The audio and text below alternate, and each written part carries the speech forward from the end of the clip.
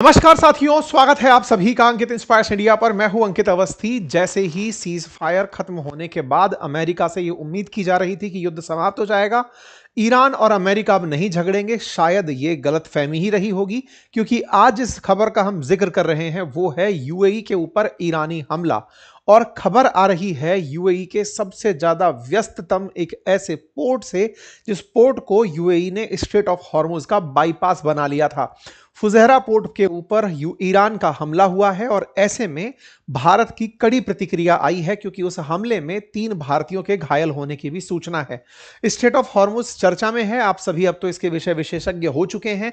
Straight of Hormuz पर एक उत्तर की तरफ जहां ईरान है, तो दक्षिण की तरफ ओमान का हिस्सा है, और उस ओमान के जो नीचे वाला हिस्सा है that is UAE.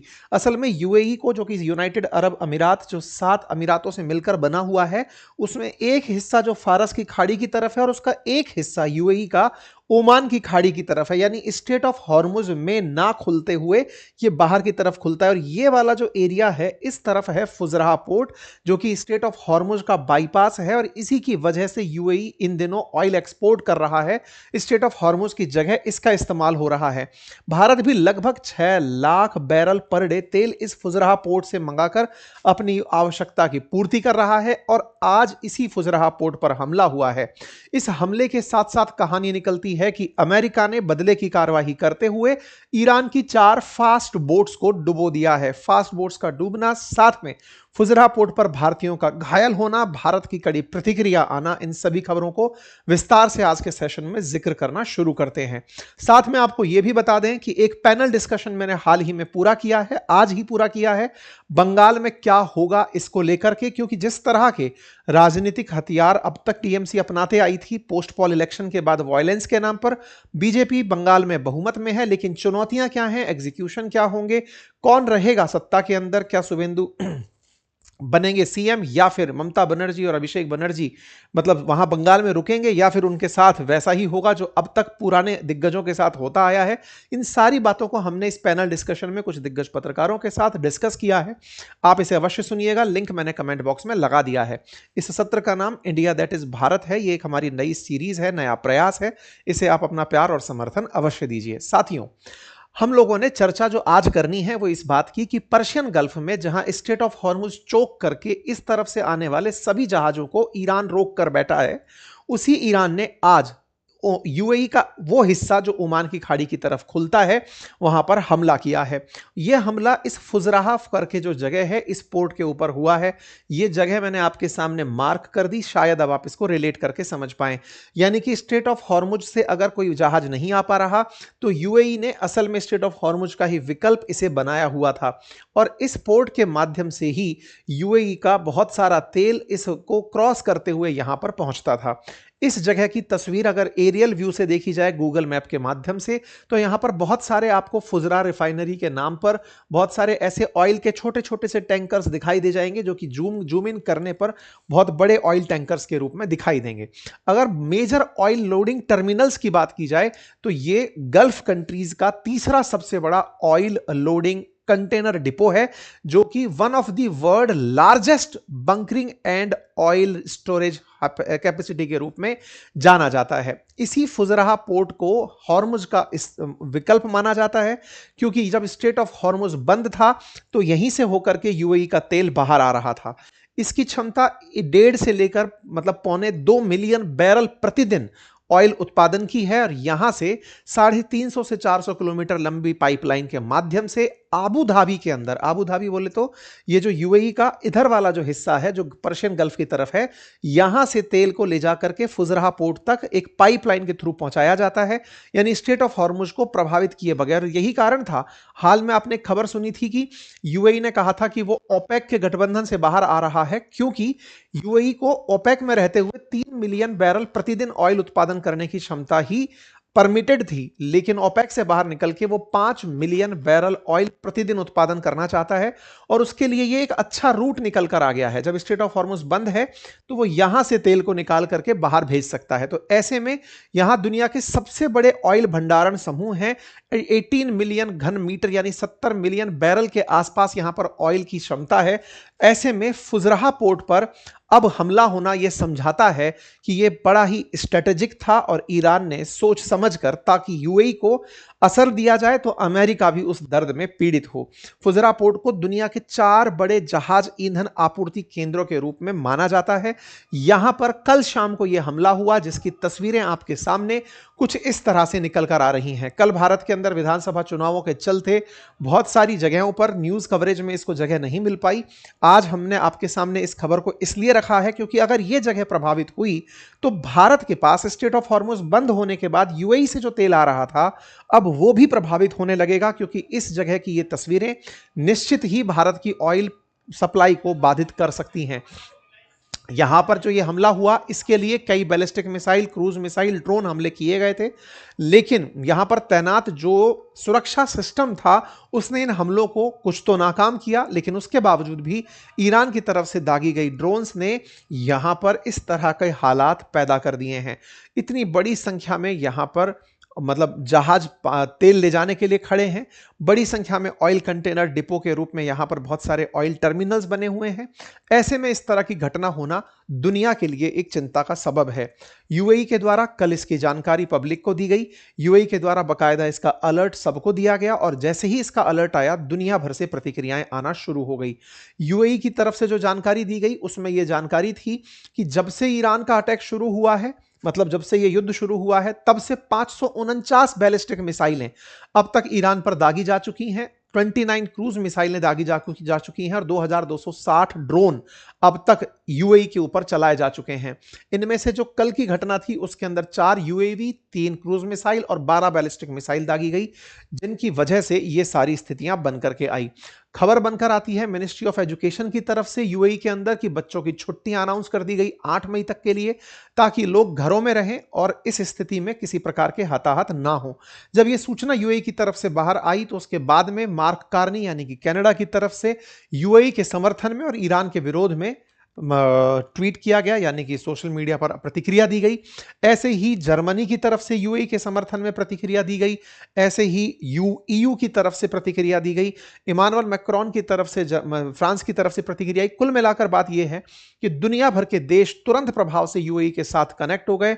Even Pakistan ने भी यूएई के समर्थन में कहा कि यह जो हुआ है हमला ये गलत है, यूएई के ऊपर ये जो हमला हुआ है इसको इन्होंने अपनी तरफ से कंडेम किया और भारत ने भी इस पर कड़ी प्रतिक्रिया दी और भारत ने कहा कि वो ऐसे समय पर यूएई के साथ खड़ा है और इस घटना को, मतलब जिस तरह की स्थितियां गल्फ में बनी हुई हैं, इनका पीसफुल रेजोल्यूशन चाहता है।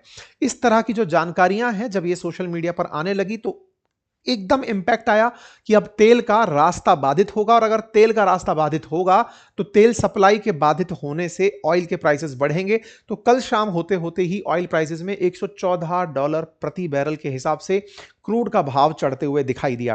भारत ने पूरी तरह से अपनी प्रतिक्रिया देते हुए, क्योंकि यहां पर 3 भारतीयों के घायल होने की खबर है, इसलिए भारत के फुजरा पोर्ट पर हुए, मतलब यूएई के फुजरा पोर्ट पर हुए हमले को भारत ने पूरी तरह से अस्वीकार्य करार दिया। इस घटना के बाद में फ्लाइट्स की तरफ से भी, यानी इंडिगो की तरफ से भी सूचना दी गई कि customers are advised to check their flight status जाने से पहले, क्योंकि अल्टीमेटली जिस तरह की सिचुएशन बनकर के आई, अचानक फ्लाइट शेड्यूल्स के अंदर परिवर्तन किया गया, क्योंकि अगर स्थितियां फिर से असामान्य होती हैं तो उसके ऊपर से फ्लाइट्स उड़कर नहीं जा पाएंगी। यूएई के प्रेसिडेंशियल एडवाइजर के द्वारा इस बात का मतलब धन्यवाद दिया गया कि दुनिया यूएई के साथ खड़ी हुई है। अब सवाल यह है कि ईरान ने यह क्यों किया। ईरान ने इस पूरी घटना पर शुरुआत में अपनी तरफ से एलिगेशन करार दिया कि नहीं नहीं हमने ऐसा कुछ नहीं किया, लेकिन फिर बाद में शाम होते होते इनकी स्वीकारोक्ति निकल कर आई और उसके पीछे इन्होंने पूरा ठीकरा ट्रंप के ऊपर फोड़ दिया। मतलब ट्रंप के ऊपर जब ठीकरा फोड़ा तो स्वाभाविक सी बात है कि ट्रंप से सवाल पूछा जाएगा कि सर क्या ईरान ने सीज फायर का उल्लंघन कर दिया है। तो ट्रंप का जवाब था नहीं, सीज फायर का उल्लंघन नहीं है, एक आध मिसाइलें चल गई होंगी, ये सीज फायर अभी तक नहीं टूटी है। फिर सवाल बड़ा बनता है कि आफ्टर ऑल ऐसा हुआ क्यों। तो इसके पीछे का बड़ा कारण यह है कि आईआरजीसी का यह स्टेटमेंट है कि पूरी तरह से स्ट्रेट ऑफ हॉर्मुज हमारे कंट्रोल में है। स्ट्रेट ऑफ हॉर्मुज हमारे कंट्रोल में है, ट्रंप वहां पर कोई भी समझदारी ना दिखाएं। अब ट्रंप समझदारी कौन सी दिखा रहे हैं? असल में ट्रंप के द्वारा हाल ही में ये कहते हुए कि हम सीज फायर बढ़ा रहे हैं, लेकिन अमेरिका का ब्लॉकेड वहां पर लगा कर रखेंगे। यानी स्ट्रेट ऑफ हॉर्मुज से ईरान ने अगर अपनी तरफ से प्रतिबंध लगा रखे हैं तो अमेरिका भी प्रतिबंध लगाकर रहेगा, कोई भी जहाज ईरान वाला बाहर नहीं जाने देगा। तो दोनों एक दूसरे के बाहर अड़ा अड़ा कर अपने जहाज बैठे हुए हैं, कोई किसी को इधर से उधर नहीं जाने दे रहा। इस बात को निपटाने के लिए इन्होंने कई लेवल वार्ता भी अब कर ली, लेकिन कुछ भी निकल कर नहीं आया। ईरान ने भी अपनी तरफ से ट्रंप को मैसेज भेज दिया कि आप जब तक ब्लॉकेड नहीं हटाएंगे कोई भी बात सामान्य नहीं होगी। अब एक बड़ा ही इंटरेस्टिंग मसला है और वो ये है कि ये जो स्ट्रेट ऑफ हॉर्मुज है ना, जिस पर ईरान ब्लॉकेड लगा के बैठा है और ओमान की खाड़ी में अमेरिका, ये दोनों जिद में अड़े हुए हैं। और इनकी जिद के चलते एक रूट अल्टरनेट बनकर के आया था जो यूएई की तरफ से था, जो यहां से होकर के जहाजों को निकाल रहा था। अमेरिका के जितने भी जहाज जो यहां पर आकर डेस्ट्रॉयर लगकर खड़े हुए हैं या फिर करियर्स बनकर लगे हुए हैं, एयरक्राफ्ट करियर्स, वो स्ट्रेट ऑफ हॉर्मुज को क्रॉस करके पर्शियन गल्फ में नहीं जा पा रहे। तो पर्शियन गल्फ के अंदर जो ऑलरेडी जहाज हैं, उन्हें अगर स्ट्रेट ऑफ हॉर्मुज क्रॉस करके ओमान की खाड़ी आना है तो ईरान की सहमति चाहिए होगी। यह बात बहुत ही इंटरेस्टिंग है, इस बात को आप समझिएगा कि अमेरिका ने भले ही यह कह दिया हो कि हमने ब्लॉकेड बना लिया है। यह मैं एक बार के लिए आपको मैप हाईलाइट कर दूं, शायद आपको डार्क अंधेरे में दिख ना रहा हो।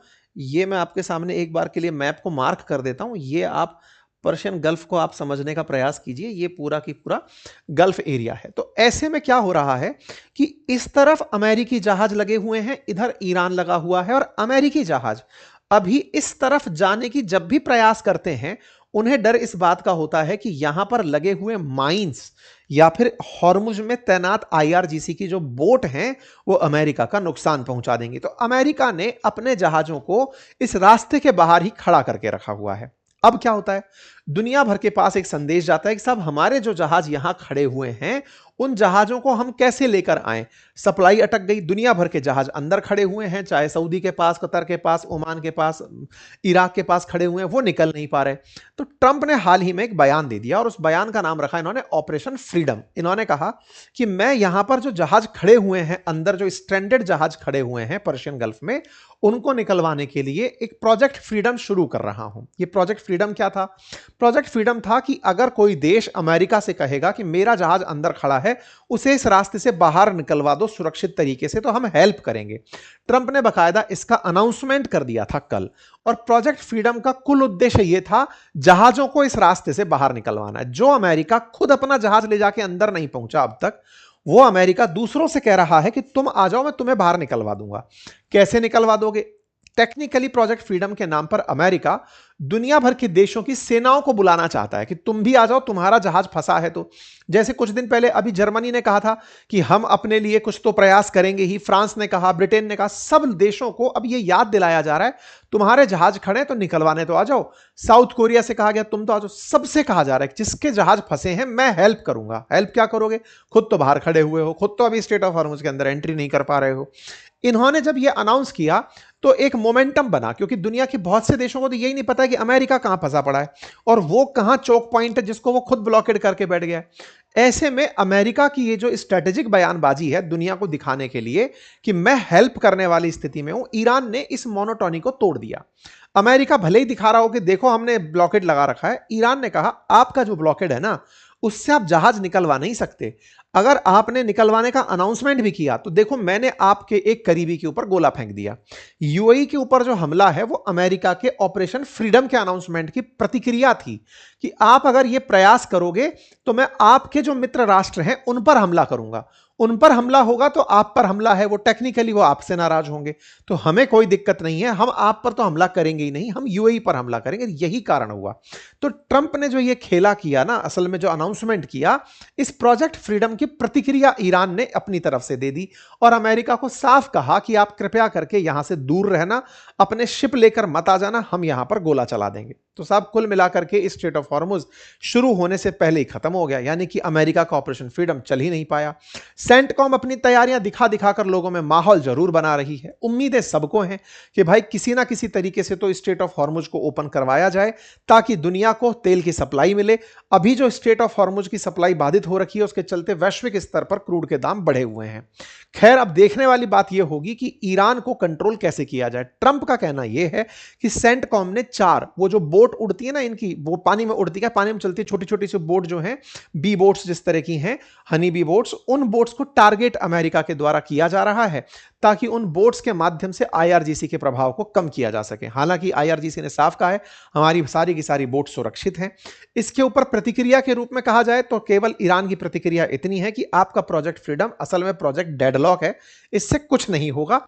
आओ टेबल पर बैठ के सही से बात करो, तो खुद का ब्लॉकेड हटाओ, तो हम आपसे अपनी बारे में बात कोई कर पाएंगे। ठीक है साहब, तो कुल मिलाकर साहब ये बात है। और फुजरा पर धमाके जो हैं वो अमेरिका को जिम्मेदारी देते हुए ईरान ने अपने ऊपर से हाथ साफ कर लिया है। तो भाई साहब ट्रंप, अब आपके हाथ में कौन सा कार्ड है वो बता दीजिए, क्योंकि आप जैसे ही कोई कार्ड चलते हो आपके दोस्तों को मार लग जाती है और दुनिया में उसका असर गहरा हो जाता है। आप लोग इसे कैसे देखते हैं जरूर कमेंट बॉक्स में बताइए। बाकी मैंने कमेंट बॉक्स के अंदर ही एक लिंक पिन कर दिया है, इसके एंड स्क्रीन में भी एक वीडियो लिंक डाल दिया है जो कि बंगाल पर, भविष्य में बंगाल का क्या होगा उसके ऊपर एक पैनल डिस्कशन है, आप उसे अवश्य सुने, अपनी राय हमें कमेंट बॉक्स में दें। धन्यवाद।